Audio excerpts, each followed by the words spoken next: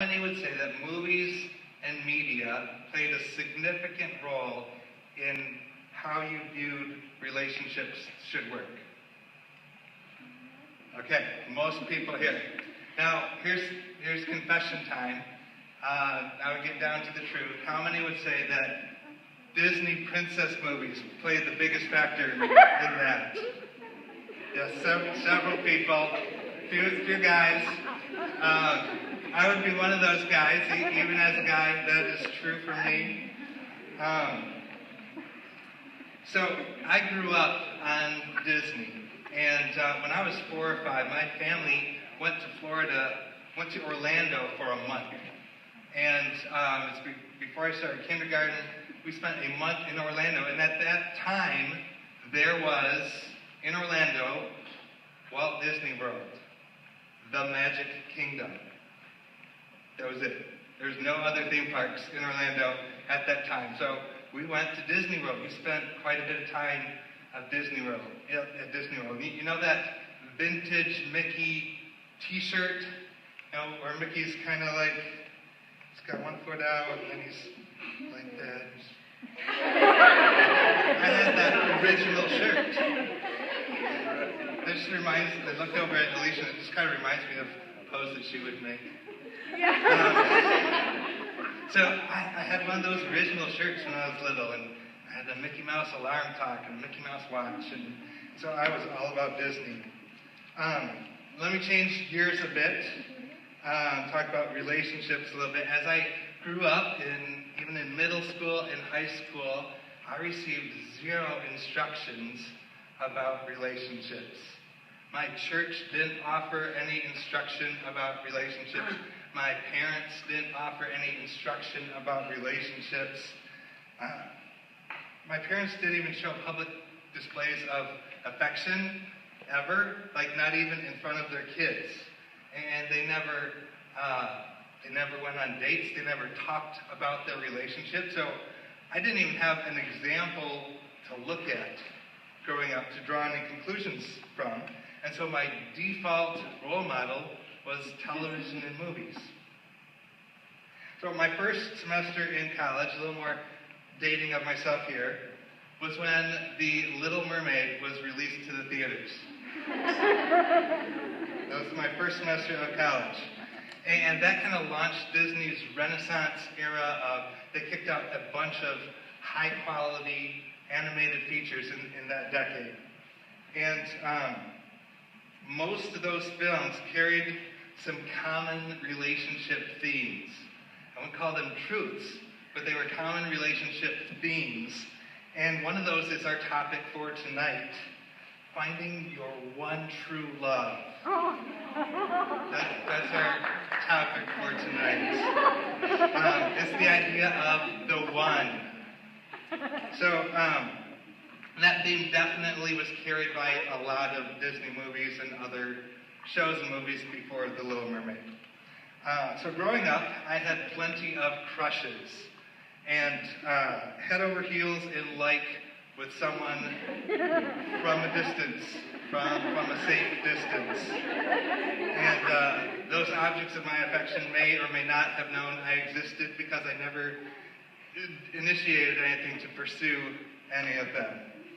And in high school and college, I had a handful of short-lived dating relationships.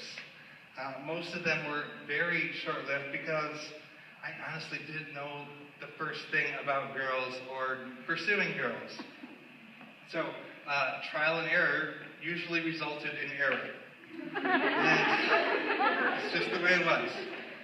And as a guy, there wasn't even much to learn from the movies because the movie's story was always focused on the girl. Always focused on the princess. And she would see the man, and he'd be kind of clueless, and she would fall in love with him, and then when he finally came to his senses and noticed her, then they would get together and live happily ever after. That's how they all went, right? Pretty much. Because it was about finding your one true love. It was about the one. And then about a year after college, I entered into my first real Christian dating relationship. And at last, I thought, I'd found my one true love. Right. This must be the one I'm destined to be with. I mean, we both have God on our side, so what could go wrong, right? Anything, everything.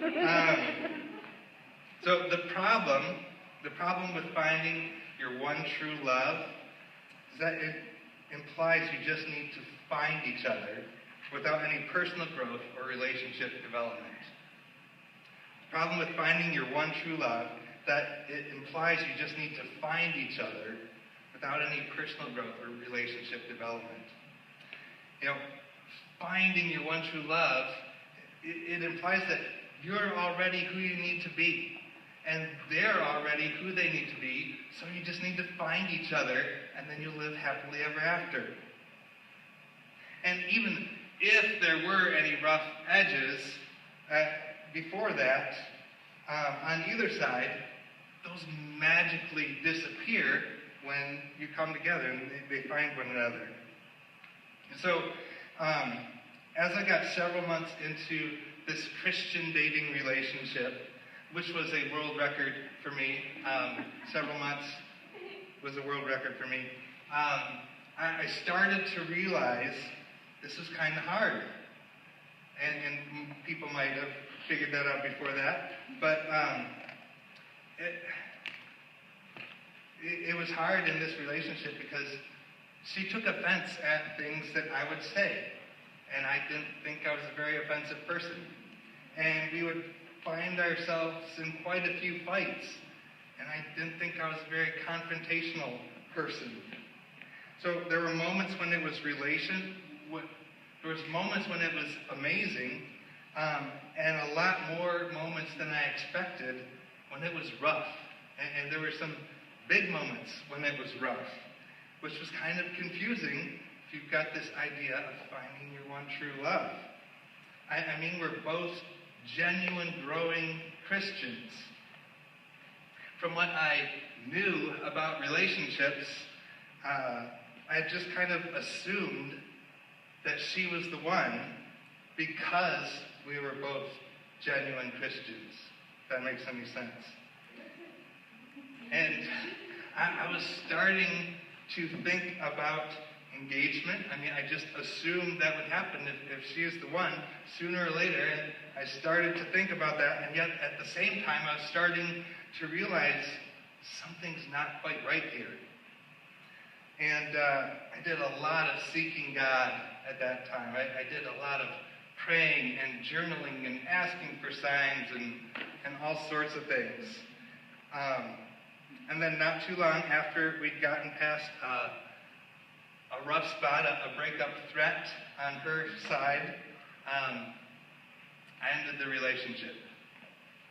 And after that is when Heather and I entered into a relationship, which I am so thankful for.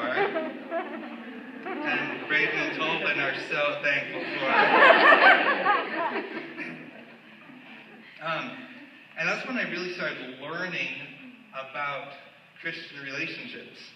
Heather and I read through the 5 Love Languages book together, which was my first step into a whole new world of realizing that people are different. You'd think the first 24 years of my life I would have figured that out, but really this was the first time I realized that people think differently, they're wired differently, they process things differently, which is a great book for relationships if you've never read it. And what I've come to realize is that romantic relationships are not about finding one specific person who you're destined for. They're about finding someone who's compatible and growing your relationship skills together. And I'll let you in on a little secret. Heather, cover your ears for a moment. Heather's not perfect. I know it's shocking, but neither am I. Maybe that's not quite as shocking.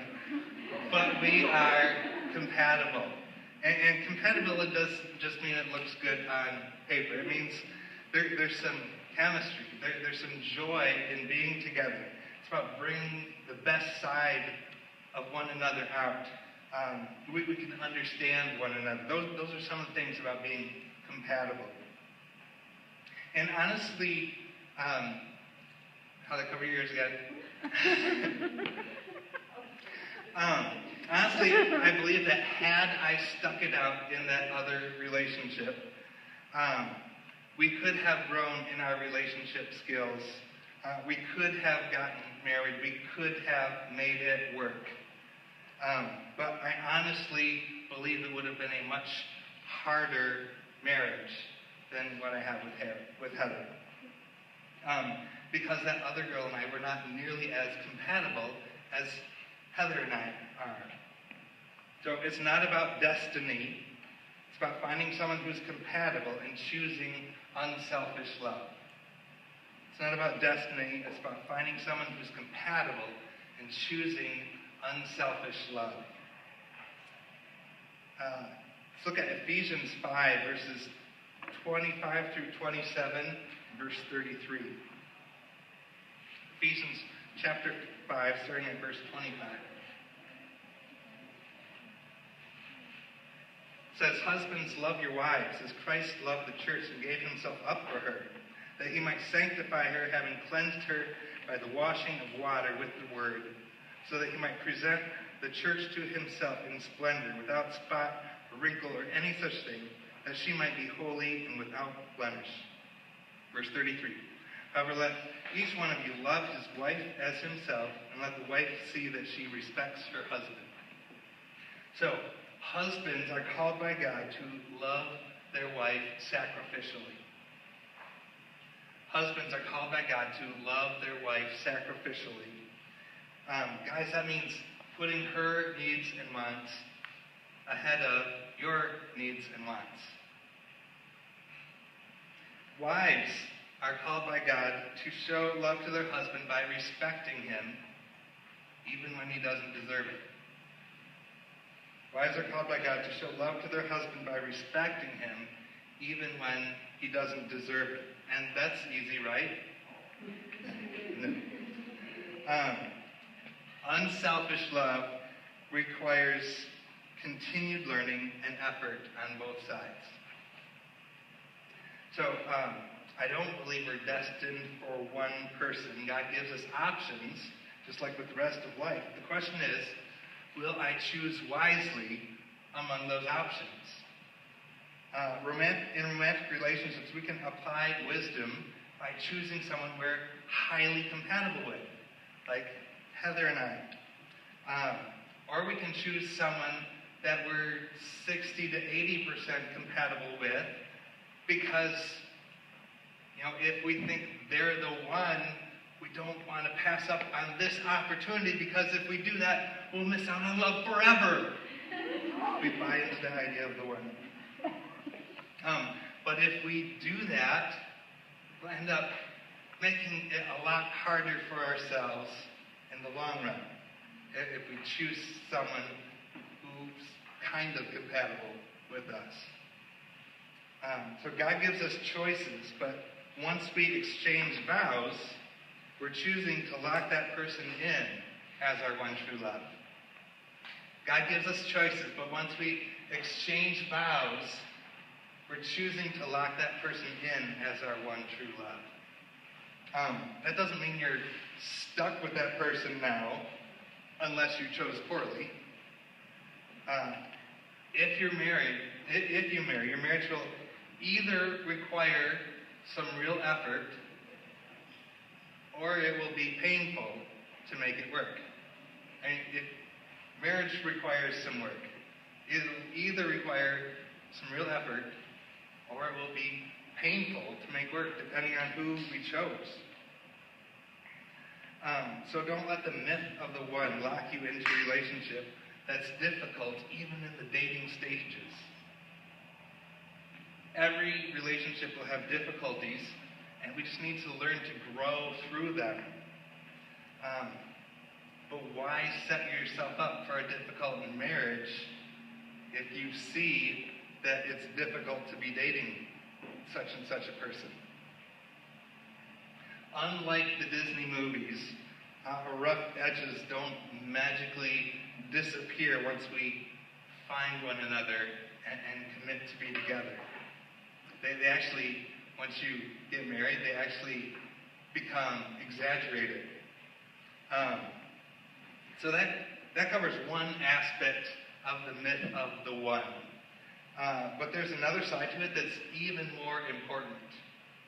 The person you choose for your one romantic relationship should never be your number one relationship. The person you choose for your one romantic relationship should never be your number one relationship. That's because God is your one and your future spouse is your two. God is your one and your spouse is your two. So let's read a couple passages that bring both those sides together. It's a little bit longer passage, so you're welcome to turn there, grab a Bible from the aisle, pull up the Bible app, Mark 12, and if you need any instruction finding it, I bet a neighbor could help you out with that. Mark chapter 12, starting at verse 18. I need a drink.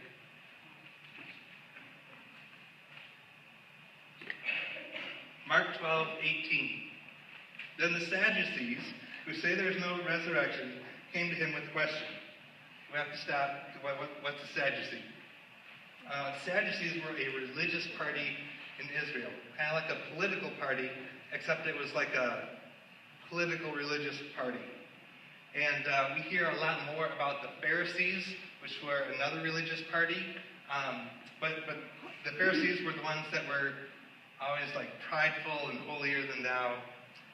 But there's this other group called the Sadducees, and they only believed in the first 5 books of the Bible, which is called the Pentateuch, or the books of Moses. And since the books of Moses didn't explicitly say anything about heaven or hell, they didn't believe in life after death. So they tried to stump Jesus. Jesus was always talking about, eternal life and heaven and hell. And so they didn't believe in those things, so they tried to stump Jesus with this question, but they considered the so-called resurrection. And so their question was asked very smugly. Okay, verse 19. Teacher, they said, Moses wrote for us that if a man's brother dies and leaves a wife but no children, the man must marry the widow and raise up offspring for his brother. Okay, now we got to explain that too. That sounds really weird in our culture, but it was normal in their culture. It's kind of built-in welfare program for widows for the nation of Israel. And so if you're a guy and you have a brother who's married and your brother dies without kids, it was the law for you to marry your sister-in-law, and then your first child together would carry on the name of your brother. And that was the law, that was the way things were back then. And if you refused to do that because you had your own family and didn't want to get things messy, the sister-in-law was supposed to publicly remove one of your sandals, spit in your face, and then in shame, your family would become known as the man who was unsandaled. I'm not joking. That is Deuteronomy 25, verses 7 through 10. Take off one sandal. Okay. But that's what that was. So continuing with the Sadducees story, he says in verse 20, this is part of his setup for his question to Jesus. Now there were 7 brothers. The first one married and died without leaving any children. The second one married the widow, but he also died, leaving no child. It was the same with the third. In fact, none of the 7 left any children. Last of all, the woman died too. So at the resurrection, whose wife will she be, since the 7 were married to her? Thinking they stumped Jesus. Jesus replied, Are you not in error because you do not know the Scriptures or the power of God? When the dead rise, they will neither marry nor be given in marriage. They will be like the angels in heaven. Now about the dead rising, have you not read in the book of Moses, in the account of the burning bush, how God said to him, I am Now I am the God of Abraham, the God of Isaac, and the God of Jacob. He's not the God of the dead, but of the living. You're badly mistaken. That was Jesus' answer to them. Now we're going to pause again there. This means that marriage is until death do us part. It's not actually forever, which can be a really sad thought for those of us who choose well and actually enjoy our marriage. But I firmly believe that in heaven, Heather and I will still have a relationship. We will recognize each other, we'll know each other, and because heaven's a perfect place, it'll probably be a closer relationship than we even experience now. It just won't be a marriage relationship. It'll be different somehow, which is hard for us to wrap our minds around in this present world, in this present life. But that's what Jesus says about it. There won't be marriage in heaven. But pay attention to what Mark records immediately after this. So that's what he said. And then another guy comes up and questions Jesus. Verse 28. One of the teachers of the law came and heard them debating. Noticing Jesus had given them a good answer, he asked him, of all the commandments, which is the most important? The most important one, Jesus said, is this. Hear, O Israel, the Lord our God, the Lord is one. Love the Lord your God with all your heart and with all your mind, with all your soul and with all your strength. The second is this, love your neighbor as yourself. There's no commandment greater than these.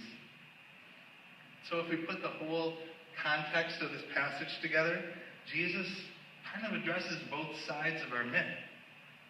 There's not one person that you're destined for, and God should be your one anyway. So there's not one person that you're destined for, and God should be your one anyway. The woman in the illustration had 7 husbands because she'd been widowed that many times, and Jesus was okay with that. And then he took the very next question as an opportunity to remind us that loving God comes before loving our spouse. So God is your one, and your spouse is your two. The Apostle Paul also addressed both sides of this myth in Romans 7, verses 1 through 4. You can flip over to that. Romans chapter 7, verses 1 through 4. He says, or do you not know, brothers, for I'm speaking to those who know the law, that the law is binding on a person only as long as he lives? For a married woman is bound by law to her husband while he lives, but if her husband dies, she is released from the law of marriage.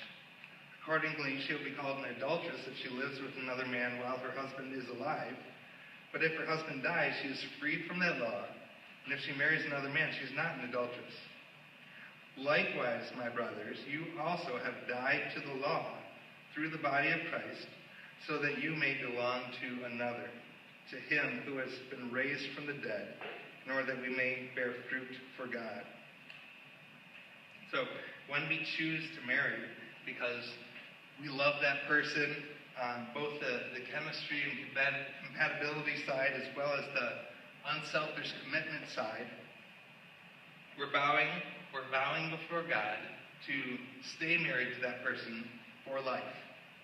And again, if we choose wisely, that's going to be a challenging and wonderful experience. But then when one of those lives end, there's freedom for the other person that they could find another, and that would be okay. And just like that, Paul says, how death ends the previous belonging so there can be a new belonging.